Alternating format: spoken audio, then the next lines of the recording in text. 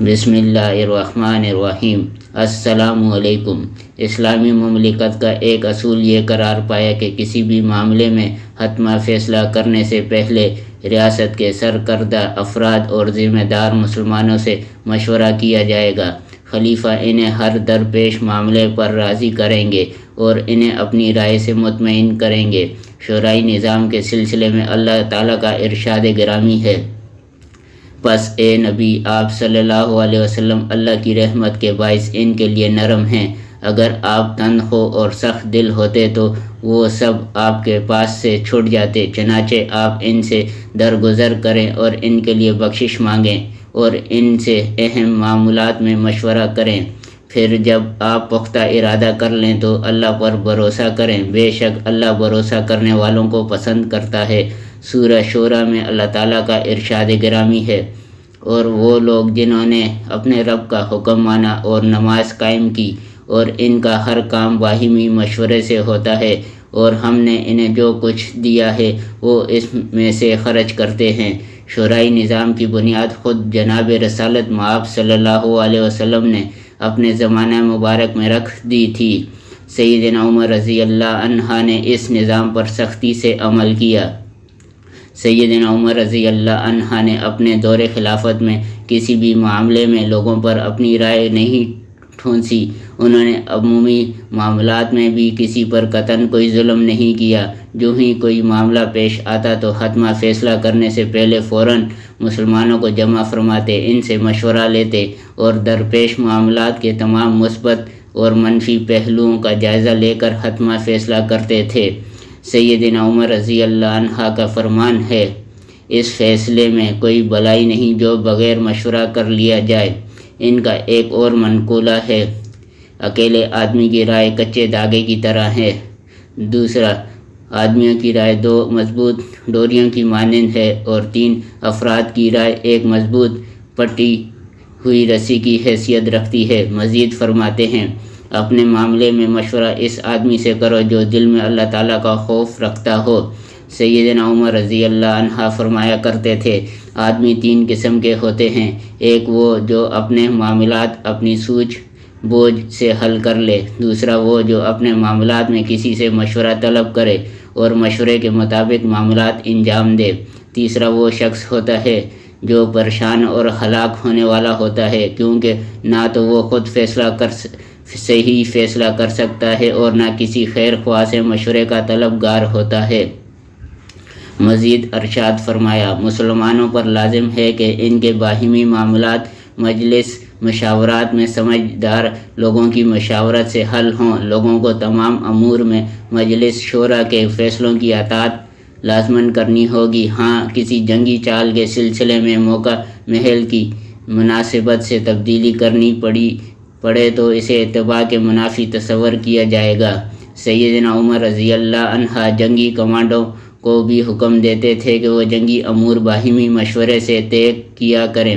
جب انہوں نے ابو عبید ثقفی کو عراق میں فارسیوں کے مقابلے کے لیے روانہ فرمایا تو ارشاد فرمایا، تم نبی صلی اللہ علیہ وسلم کے اصحاب اور خصوصاً اہل بدر کو معاملے میں شریک رکھنا اور ان کی سماع و اطاعت کرنا۔ سیدنا عمر رضی اللہ عنہ عراق میں جنگی کمانڈوں کو خصوصی احکام جاری فرماتے تھے کہ وہ اپنے معاملات میں عمرو بن معد یکرب رضی اللہ عنہ اور طلحہ اسدی رضی اللہ عنہ سے مشاورت جاری رکھیں۔ آپ نے ارشاد فرمایا، تم اپنی جنگوں میں طلحہ اسدی اور عمرو بن معد یکرب رضی اللہ عنہ سے مشاورت و معاونت ضرور کرتے رہنا، مگر انہیں کسی معاملے کا والی مت بنانا، کیونکہ ہر فرد اپنے میدان کا شہسوار ہوتا ہے۔ سیدنا عمر رضی اللہ عنہ نے سعد بن ابی وقاص رضی اللہ عنہ کی طرف سے یہ حکم نامہ بھیجا، تیرے قریب عرب کے وہ پسندیدہ لوگ رہنے چاہیے جن کی خیر خواہی اور سچائی مسلم ہو۔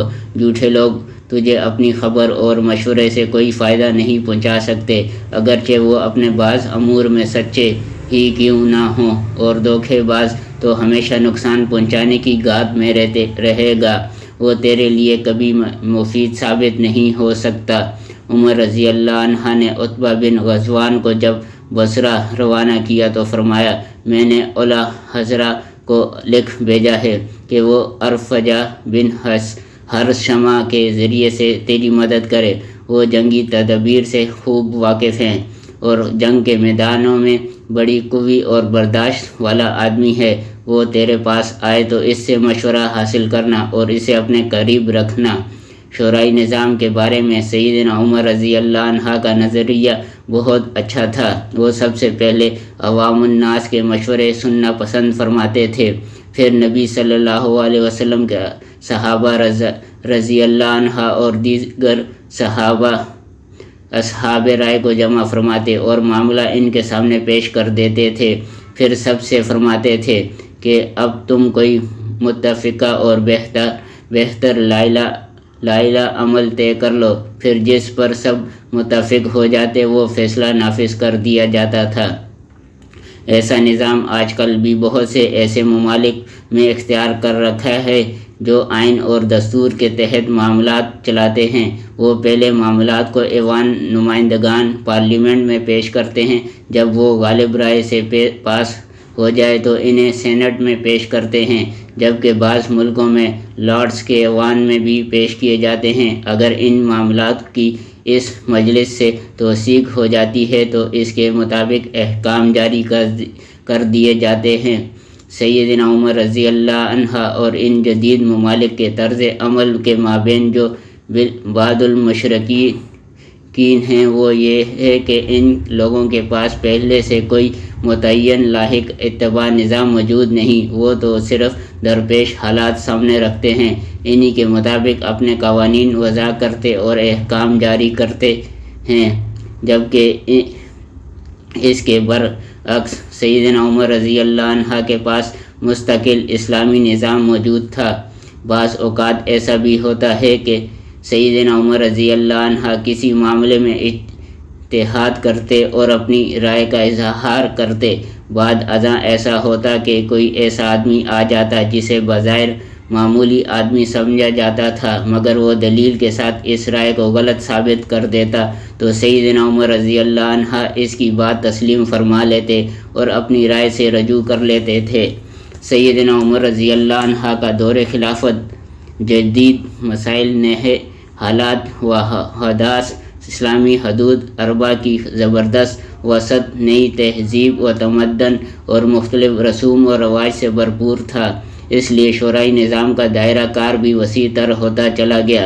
نئی مشکلات سامنے آئی اور نئے اجتہاد کی ضرورت پیش آئی۔ جس طرح نئی فتوحات، زمینوں اور آمدنی کے ذریعے وسیع ہونے کی وجہ سے نئے مالی ضابطوں کی تشکیل کا مسئلہ پیش آیا تاکہ انہیں ریاست کے امور میں صحیح جگہ خرچ کیا جا سکے۔ سیدنا عمر رضی اللہ عنہ اپنی مجلس مشاورت میں زیادہ سے زیادہ کبار صحابہ کرام رضی اللہ عنہ کو جمع فرماتے تھے۔ ان کی مجلس میں اصحاب بدر کو خاص مقام حاصل تھا، کیونکہ وہ افضل ترین لوگ تھے جو علم اور مسابقت فی الاسلام کی وجہ سے نہایت ممتاز تھے۔ سیدنا عمر رضی اللہ عنہ کی مجلس مشاورت کی خاص بات یہ تھی کہ اس میں نوجوانوں کی کثیر تعداد بھی موجود ہوتی تھی، کیونکہ یہ نوجوان بھی عین اسلام کے راستے پر چلنے والے تھے اور کسی بھی مملکت کو ولولہ خیز اور پرجوش افراد کی ہر وقت ضرورت رہتی ہے۔ سیدنا عمر رضی اللہ عنہ جیسا باصلاحیت اور منفرد خوبیوں کا حامل شخص اس حقیقت سے کس طرح چشم پوشی کر سکتا تھا؟ یہی وجہ تھی کہ وہ امت کے لیے ان چیدہ نوجوانوں کو جو علم، تقویٰ اور فہم و ذکا میں منفرد مقام کے حامل ہوتے تھے، اپنی مجلس کارکن مقرر فرماتے تھے۔ مثلاً عبداللہ بن عباس رضی اللہ عنہ جو اس نوجوان قافلے میں بہت ممتاز درجہ رکھتے تھے۔ سیدنا عمر رضی اللہ عنہ ان باشعور نوجوانوں سے مشورہ لیتے اور خود بھی اجتہاد فرماتے، پھر قرآن کریم کی روح کے مطابق فیصلہ فرماتے۔ حضرت عبداللہ بن عباس رضی اللہ عنہ فرماتے ہیں، سیدنا عمر رضی اللہ عنہ کی مجلس مشاورت میں تمام قرا حضرات ہوتے تھے۔ ان میں سے کچھ عمر رسیدہ اور کچھ نوجوان تھے۔ علامہ زہرہ رحمۃ اللہ علیہ نے ایک دفعہ نوجوانوں سے خطاب کے دوران فرمایا، تم خود کو محض اس لیے اتنا حقیر نہ سمجھو کہ تم ابھی کم سن ہو۔ سیدنا عمر بن خطاب رضی اللہ عنہ جب کسی سخت مشکل میں الجھے جاتے تھے تو نوجوانوں کو بلاتے تھے اور ان سے مشورہ بھی لیتے تھے اور ان کی عقلوں کا امتحان بھی۔ محمد بن سیرین رحمۃ اللہ علیہ فرماتے ہیں سیدنا عمر رضی اللہ عنہ مشورے کے عادی تھے۔ وہ ہر معاملے میں اس حد تک مشورہ لیتے کہ بسا اوقات عورتوں سے بھی مشورہ لے لیتے۔ بعض اوقات وہ کسی خاتون کے مشورے میں بھلائی دیکھتے تو اسے بھی اختیار فرماتے تھے۔ سند کے ساتھ ثابت ہے کہ انہوں نے اپنی بیٹی ام المؤمنین حفصہ رضی اللہ عنہ سے بھی مشورہ لیا۔ سیدنا عمر رضی اللہ عنہ کی خدمت میں جلیل القدر صحابہ کی کثیر تعداد موجود رہتی تھی۔ ان میں سحر فرست سیدنا عباس رضی اللہ عنہ اور ان کے صاحبزادے تھے جو حضر و سفر میں بھی ان کے ساتھ رہتے تھے۔ اس طرح حضرات عثمان بن عفان، عبد الرحمن بن عوف، علی بن ابی طالب، معاذ بن جبل، ابی بن کعب اور زید بن ثابت رضی اللہ عنہ بھی ان کے قریبی مصاحب تھے۔ سیدنا عمر رضی اللہ عنہ کے مشیر انہیں پوری آزادی سے بے لاگ مشورہ دیتے تھے۔ سیدنا عمر رضی اللہ عنہ کو بھی ان حضرات کی امانت و دیانت پر کبھی شک نہیں گزرا۔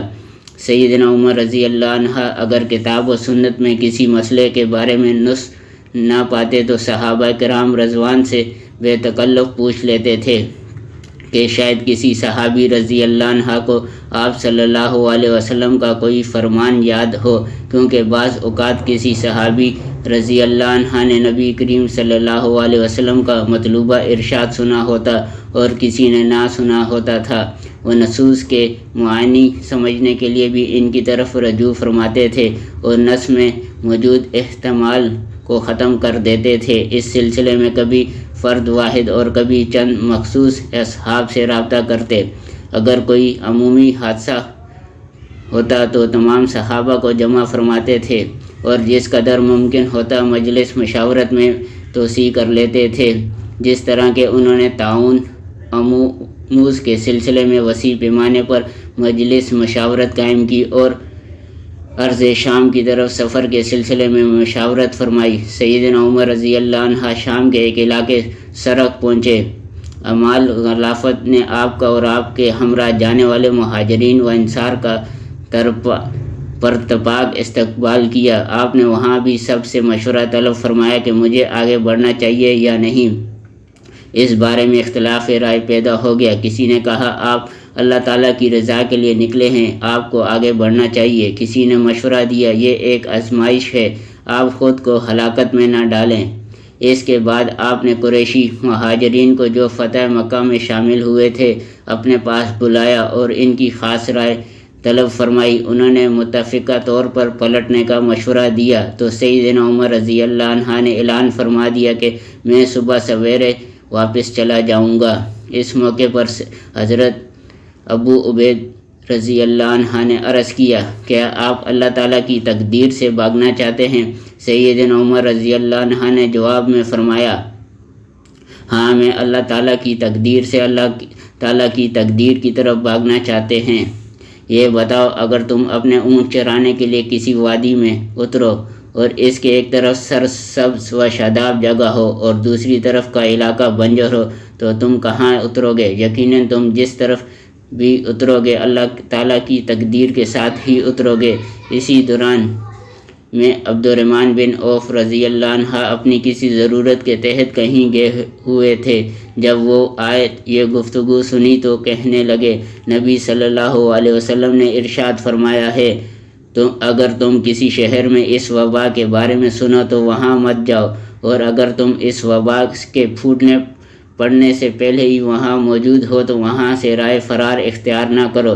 سیدنا عمر رضی اللہ عنہ کے زمانے میں بہت سے شعبوں میں باقاعدہ مشورہ کیا جاتا تھا، مثلا انتظامی، عدالتی، سیاسی اور فوجی امور، نیز اعمال اور عمرہ کے تقرر کے معاملات کے علاوہ ایسے شرعی مسائل پر بھی کھل کر تبادلہ خیال ہوتا تھا جس میں حلت و حرمت کی وضاحت مقصود ہوتی تھی۔ وہ شعبہ جات جن میں شرعی نظام قائم تھا، انشاءاللہ تعالی ہم ان تمام شعبے کا اپنے محل پر جدا جدا تذکرہ کریں گے، جس سے معلوم ہوگا کہ سیدنا عمر رضی اللہ عنہ شورائی نظام کی بدولت کس قدر قیمتی اور قوی دلائل حاصل کرتے تھے۔ یہاں اس امر کا اعلان و اظہار نہایت ضروری سمجھتے ہیں کہ خلافت راشدہ جس شورائی نظام پر قائم تھی، اس کی بنیاد قرآن و سنت نے فراہم کی ہے۔ یہ سیدنا عمر رضی اللہ عنہ کے دور کی ایجاد نہیں تھی، نہ یہ حادثاتی طور پر معروض وجود میں آئی تھی، بلکہ یہ تو خالص ربانی منہج تھا۔ والسلام جاری ہے۔